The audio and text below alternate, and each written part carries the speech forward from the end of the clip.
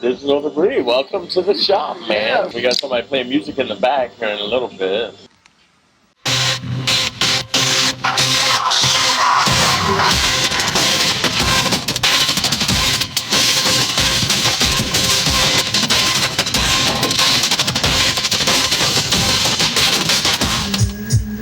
Hey, yo, Switz, that's crazy.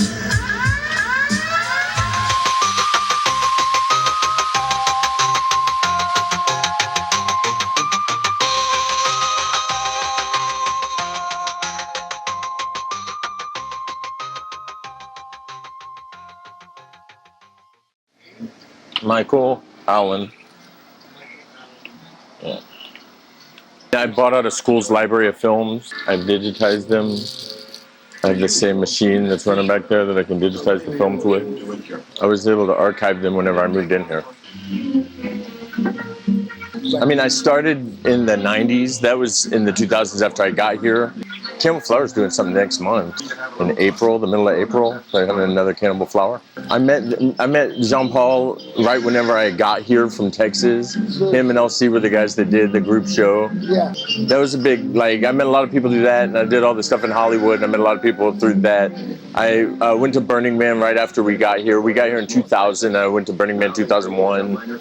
So that was a really big part of the journey. But before I had moved here, I was doing projections for a band. There's a band called Tripping Daisy that I used to travel with. Their guitarist died, and then I moved here right after that. That singer started a band called the Polyphonic Spree, and I used to travel with them also. So that's kind of where I got my start doing projections, was with those bands. So I would do the band stuff that was in the band world, and then pack my projectors into my car, and then go and do the up all night after hours stuff that was happening in the 90s. That's whenever warehouse parties were OG warehouse parties and stuff. I would do it for free a lot. It was like sleeping in vans. But then after doing that for 3 or 4 years, I had the right kind of gigs where the Trippin' Daisy thing was paying.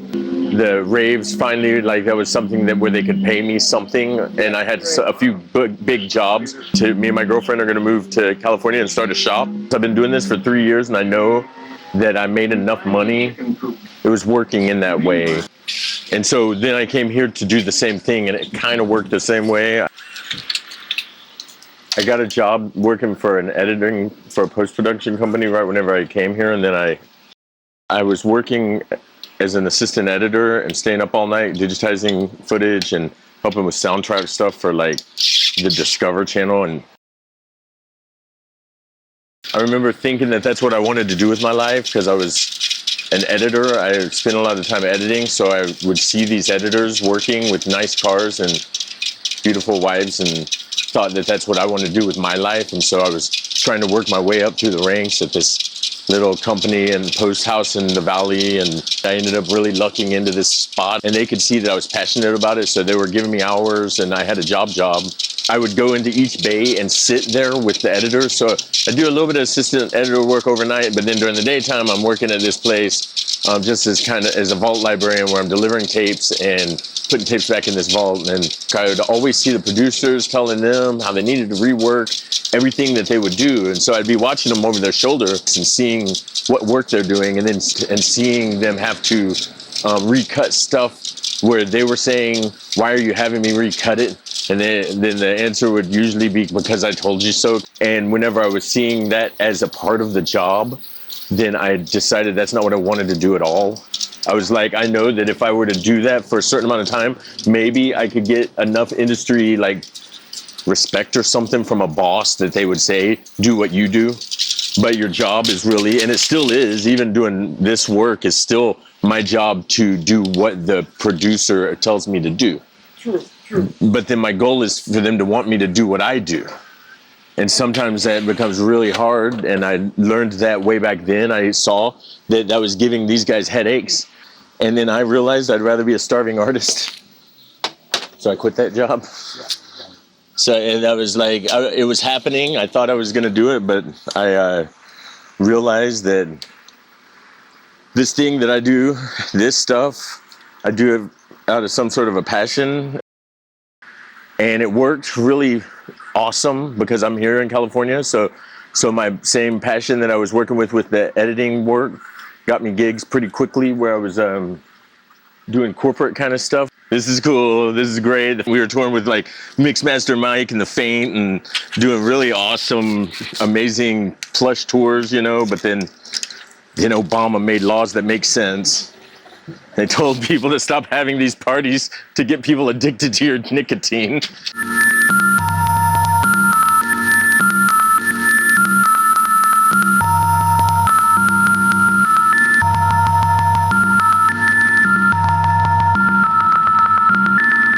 So what are you doing here? I'm just playing films because on Monday nights I go through my films. People don't really get a chance to see the old educational films, and I also go through them. I just now reached the bottom of a pile down here that I'm making sure that there's nothing in it which is questionable in this particular box, because a lot of it is stuff that I pulled out of it because it's gruesome or something. There was a lot of war footage in here. I had a bunch of like Nazi World War II footage in this box.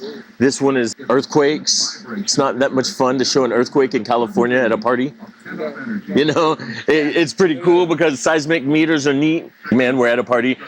This kind of hits kind of close to home, literally. The reason this box exists, I was working at Star Shoes. We're doing a communist-themed party. They said, play a bunch of World War II footage and Nazi shit, just communism, Lenin, and cool. I got plenty of that, all about the atom bomb and stuff. And then doing that communist party, and someone threw something at me. Pineapple juice can whiz past my head like full speed.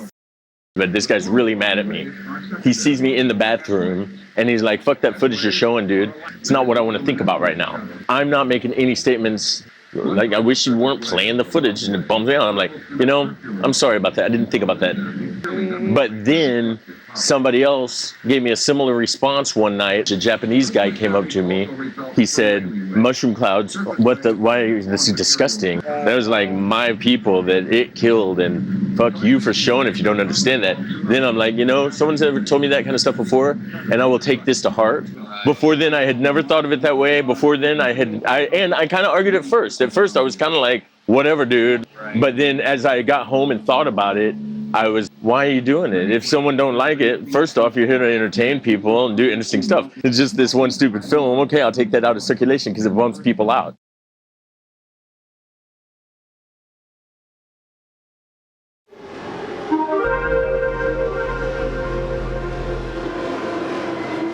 We do stuff in the back room a lot of the time. Right now I'm playing educational films from this collection, and they play through to here.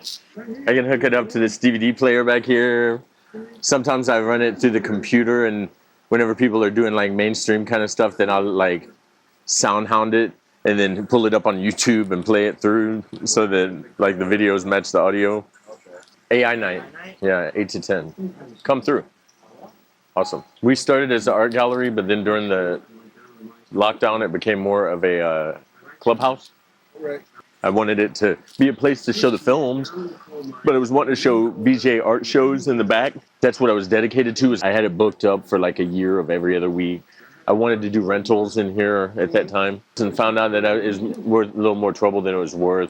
Now it's all kind of for sale, I mean, a lot of it, I say it's my stuff.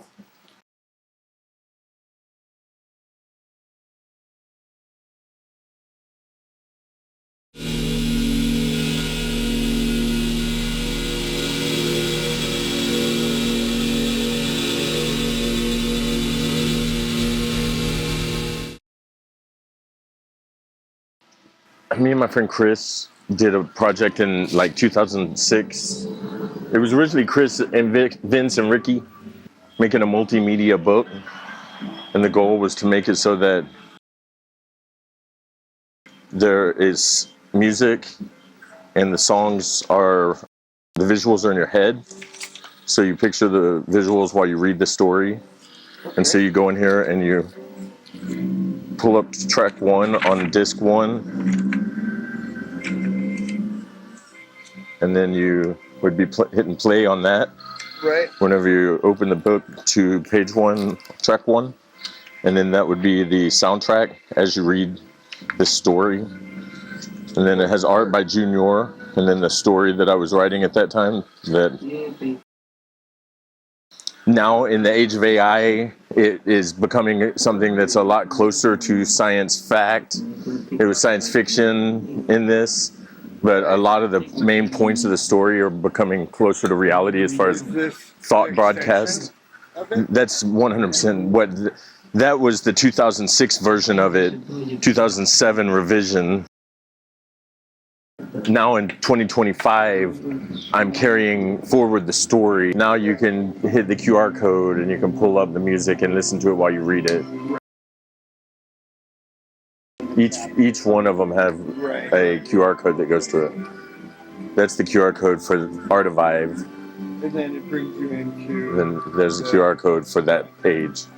But then Artivive has its video, and then there's videos on that thumb drive.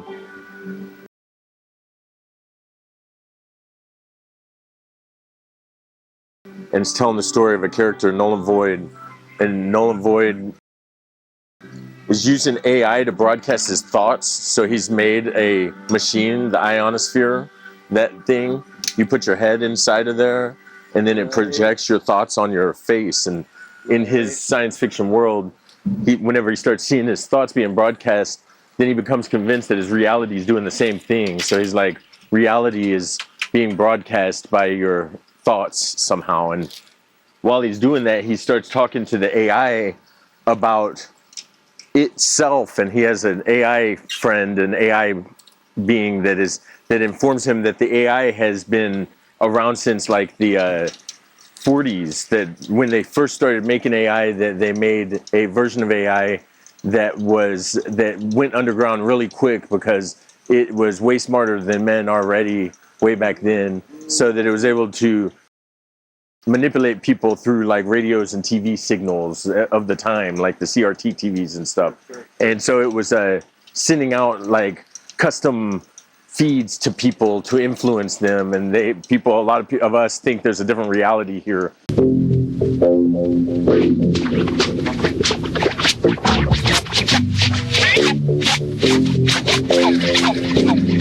Than the one that's really happening, because the AI has been manipulating us because it thinks that it can probably run the world better than people can. And then while that's happening, the aliens are out there. And so the AI knows about the aliens don't know about the AI. The aliens been hiding out behind the clouds and behind the mountains since the beginning of time. They don't interact with people because the rest of the galaxy kind of doesn't really hurt like people do. People really suffer through a lot of pain that the rest of the universe has already kind of grown out of.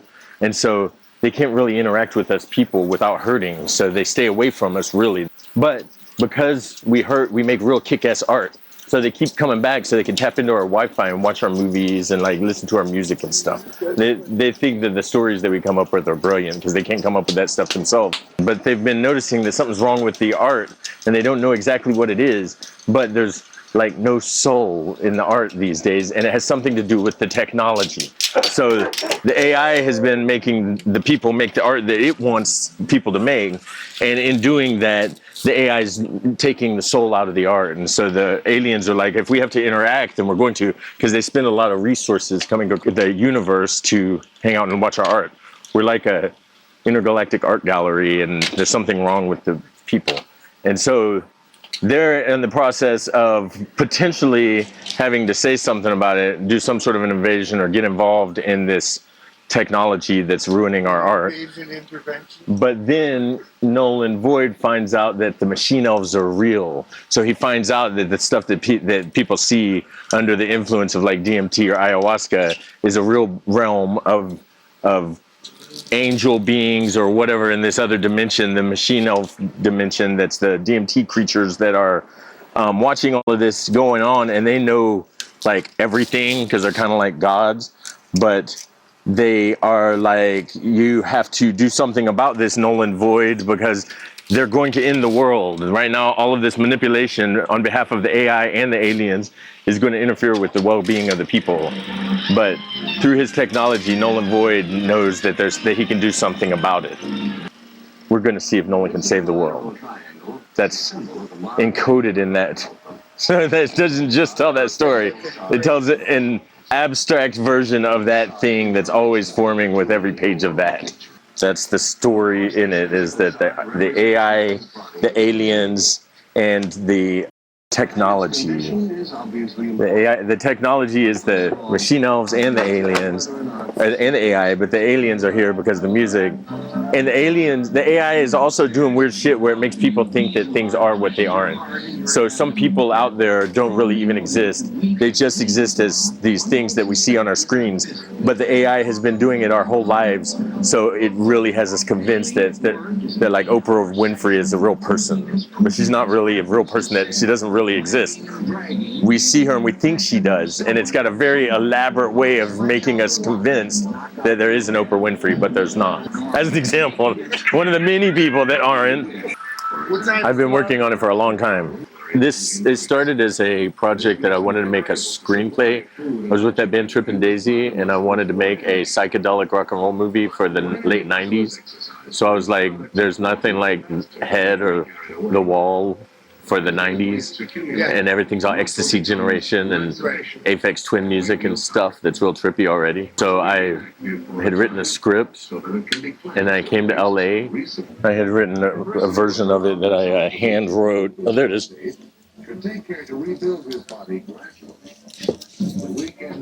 So then I wrote this thing, and that was the first version of that thing that became a book. At that time, I was like, I'm just trying to make that story into a story instead of a script. And so then I took that and I made that book. At that time, I would go and sit down with her art and sit with her, and I incorporated into this. So all that's her art. And at that time, I was wanting to do it while she was alive so that she could see it printed. But then that's why whenever, as it goes from that into like that, because then that's the drugs and technology and the pages. And so now we're taking AI and reworking all of that. That by the time I have 10 of these issues, I'm on number 3, and I'm planning to stick to it until I've got 10 of them. And I'm hoping that story, that I've told it enough, and that I've gone through enough pictures and stuff with it here, that maybe the right person would see it and say, hey, I know what you can do with that. Well, I know how to do that thing with that. That's got enough there for us to do something now. Right. And I know that the right guy could come in here and be like, that's exactly the creativity that we were looking for. Right. Totally. I can see it. My goal is to have 10 of these, take the 10 of them and print it on the big one. Right. That's nice. Yeah. And then we would have 100 songs in this book. Right. Which would be sick. So if you had a box set with 100 songs, all you gotta do is open it up and there's a QR code on every page that's... And you're wearing glasses and watching it, experiencing it. Yeah.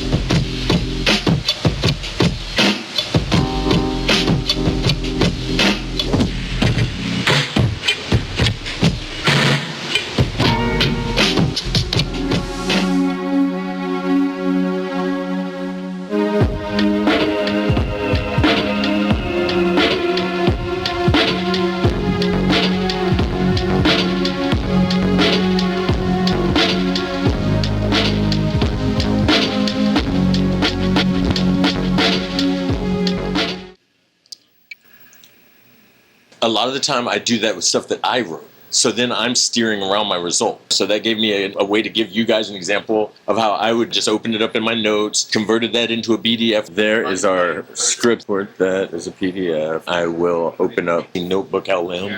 It automatically will make a summary with frequently asked questions from just a PDF or a video or a URL that you can enter. We're going to take the thing that we just now made that was the script about AI Night at Digital Debris, load it in. It gives you a summary first off. My favorite thing about it is that it is able to generate a conversation that's like a podcast about whatever you enter into this thing. First, we're going to say generate. So we got a 5-minute podcast. All right, so tonight we're going to take a deep dive into this AI night thing happening at the Digital Debris Gallery in LA. Have you heard about this? I have seen the trailer, yeah. The trailer is bonkers. Like, it looks It's wild. like they're not just like showing AI art. Right. They're making like a whole, like, impressive Whole experience. Yeah, so they've got Stepping into the future. Yeah, so they've got generative art. They've got all these soundscapes that are all made by algorithms. They're doing some crazy stuff with neural networks. They've got the visualizations. Yeah, like real-time visualizations, and they've even got like a thing where you can go and make music with it. That's cool. Yeah, so this is like next level. It's pushing boundaries. Yeah, it is really interesting how they're presenting AI as like not just a tool, but a collaborator. And actually, the featured artist is that in the trailer? Yeah, the featured artist is even quoted in the trailer. They have ways like AI is not Shuri will take it in and then they split it. That's a great quote. Like they take it and they split the male and the female sides real quick using Premiere, because in Premiere you're able to easily like chop it between each back and forth. Whenever you chop that, then you feed all the male into 11 Labs as a new voice, and then all the female into it, and now you have each one of them as their own track, so it's silence in between the spaces they're not talking, and now you have a new voice. Can you do that with the script so that 11 Labs is how you do that? I'll open you and show you. This one has them talking. It's just them talking about whatever you load. So what I've done with it is I'll take abstract poetic pieces that I write. Like I said, I'm doing things where I'm combining 3 paragraphs that have nothing to do with each other, come up with something and then rewrite that so that it makes sense after the AI gives me the warble that it gives me. And then when I rewrite that thing into a piece, then I'm like, okay, now it's the thing that I like. I can share that with people because I like the direction it's coming from. Well, then I can run that through this, and it will analyze the stuff that I wrote and break down analogies in ways that I never could. So when they're talking, they're like, oh, he's using the television as a symbol for your brain and consciousness. And that means that the stand that the TV is sitting on are the ideas that you have. And so it goes that heavy with its analysis of these things, you know? So I'm going to download that just so that we still have PDFs and everything that we generate now, spin it in this direction of it being about AI Night at Digital Debris. And then whenever we, at the end of the night, then I'll go through that tomorrow and see if I can put together a piece with all of this as being random elements that we're going to make a piece out of for AI Night at Digital Debris. They are text-to-video generators. This one tries to make a short for TikTok. This one has a prompt library where you're able to go in and get code prompts from it. So we're going to take a picture of this room right now and give it a new prompt so that it is in its commercial. Everybody get ready? All right. Now I'll send that over. A lot of these are doing a thing where you're able to take your first and your last picture and it will kind of create an animation between them. Since it's saying that right now, I'm going to go ahead and take another one from a different...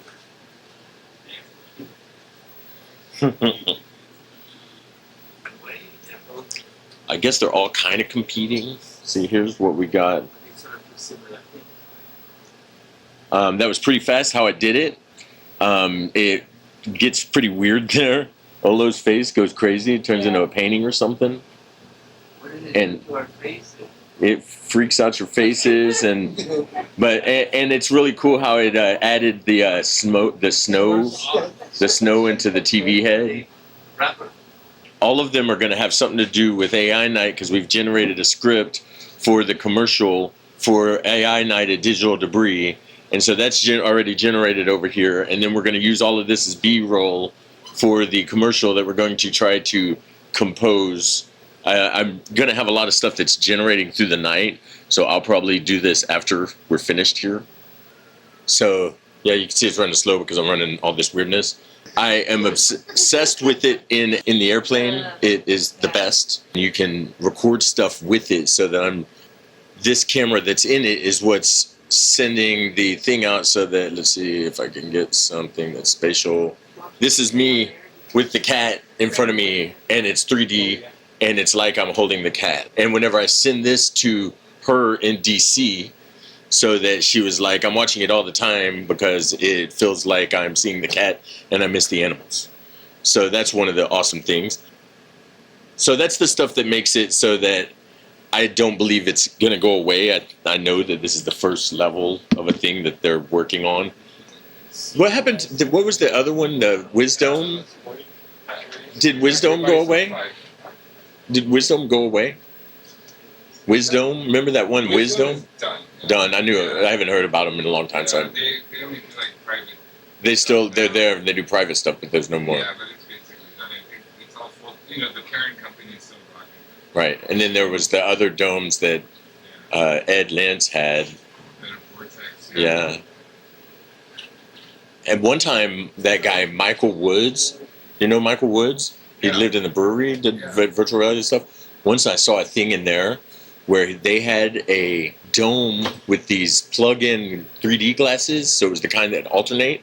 They're electric, and they were showing like Tron World on a dome in 3D, so you could stand in the middle of a dome that was being projected, and it felt like you saw all the spots just go out into infinity, and you could look around at it, and you saw them like 3D next to you, but it seemed like it went off into the nothingness. Then they turned on a demo that was like showing you what it's like to land in a helicopter on an aircraft carrier, and they were saying that that's what they were using it for. He was like, Bell Labs is the ones that own this technology now, but they were the ones working on it. So he's working with Ed Lance at that time on this sick 3D shit that I'm like, wow, you mean I'm allowed to see this? You made a holodeck at the brewery? What the hell? Like, this is amazing. And then they were just like, yeah, we're going to be showing it today, but we got a big government contract, so we can't take it to the parties and stuff like we wish we could. Yeah, right. Well, I guess that's it, guys. Let's see. We'll see if we can make a commercial out of the weirdness that we got tonight.